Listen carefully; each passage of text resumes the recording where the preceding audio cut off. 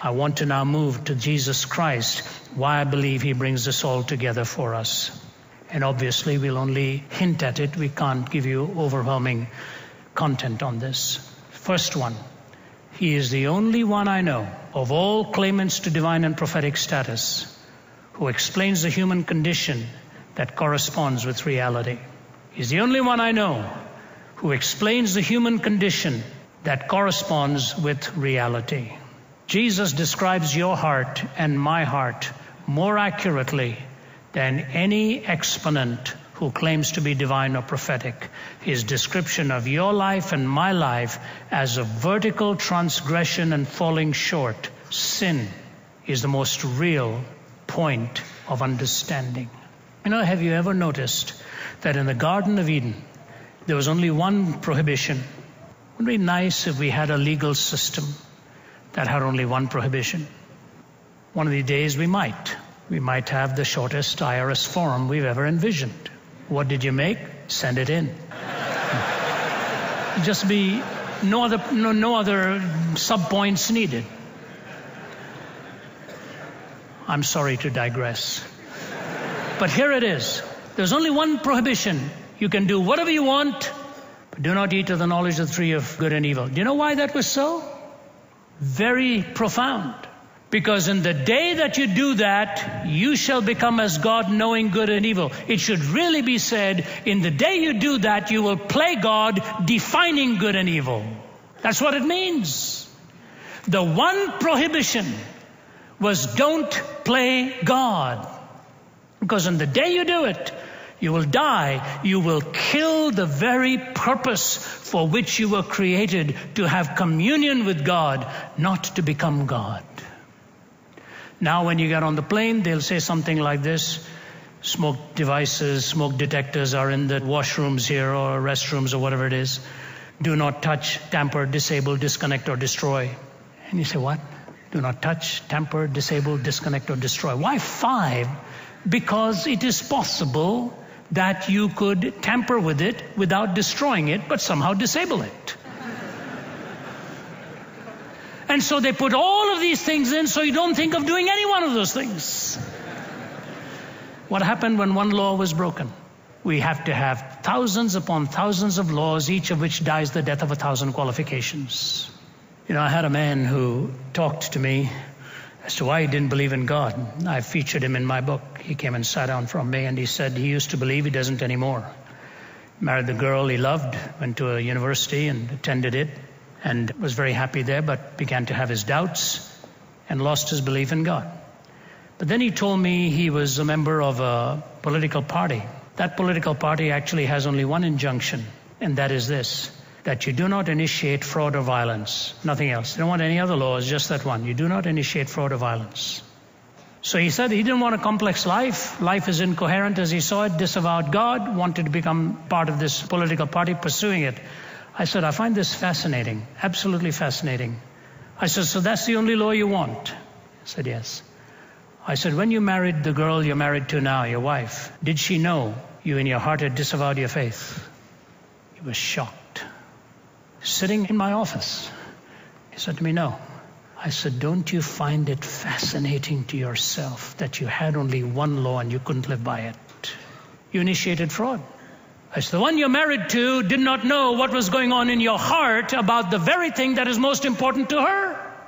This is what I mean by sin. It violates even the most basic things because we try to smoothen the bumps by making it seem horizontal when actually the problem is a vertical one. We play God. That's it. We want to play God. As Alexander Pope said, we've snatched from his hand the balance of the rod. We have rejudged his justice. We've become the God of God. If any one of you has ever been into Auschwitz, I'm reading a book now that's absolutely brilliant. It's on the absoluteness of music. It's written by a professor who was our host in Hong Kong. He's a great expert in Beethoven, did his studies in England. He's a Chinese gentleman from Hong Kong. And he's talked about the absoluteness of music. I was reading some of the chapters today, fascinating. And one of the things he said that centuries ago, because music was so pure, people listening would be absolutely silent. They did not even whisper because they wanted to hear every chord. If you ever talk in a symphony, you're out of there. Somebody turns around and looks at you like, what are you doing in this auditorium? That harks back to the day where there was silence. When you walk into Auschwitz, you're silent. You know why? Because it shows you what happens when there are no absolutes. It's a veritable hell. And Hannah Arendt wrote the book on that and talked about all that happened. And while she herself was quite a liberal-minded person, she talked about it, the trivializing of evil. And we'd often refer to the Holocaust as when hell was in session. You can walk into the gas chambers. You can walk past thousands of little suitcases where babies and where children were abused by the doctors, experimenting on them. You can see where they were obliterating them in the gas ovens at the rate of 12,000 every day. When I wrote my book on Jesus Talks to Hitler, I got right into the hall, the judgment hall of Nuremberg. And ironically, if you walk into the very judgment hall of Nuremberg today, do you know what stands behind the tribunal on the wall? The 10 Commandments. And the men who brought hell into session, murdered by the millions. Now, you don't know how to murder. I want to ask you, look at your heart. Has Jesus described it accurately? Out of the heart of the issues of life, lust, greed, pride. I've been in the ministry 30-some years. Every day I pray like Billy Graham said he used to pray. God, please let me not do anything today that'll destroy all these years of what I've tried to stand for your name. And you see your own heart again and again and how it is taunted and tempted and seduced. And you realize Jesus told you the story of his own challenge in the wilderness to remind us how to withstand the wiles of the devil. Corresponds to reality. Secondly, not only does he describe condition as corresponds to reality, this is absolutely defining for me. His provision for my malady. The longer I am a Christian, the more I see that there is only one place in the world you will find this answer. You'll never find it in Hinduism. You'll see them hinting at it. In fact, in the latest of the Hindu scriptures, the Gita, which Krishna is doing most of the instructing, posing as a chariot driver, he's instructing Arjuna on his way to the battlefield. Arjuna is having a struggle because he's fighting with his own brothers and going to have to kill his brothers.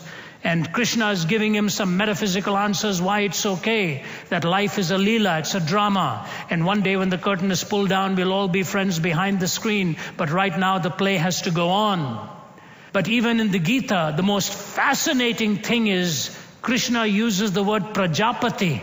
Prajapati literally means a sacrifice. And he talks of the need for the Prajapati. But there is no Prajapati provided in there.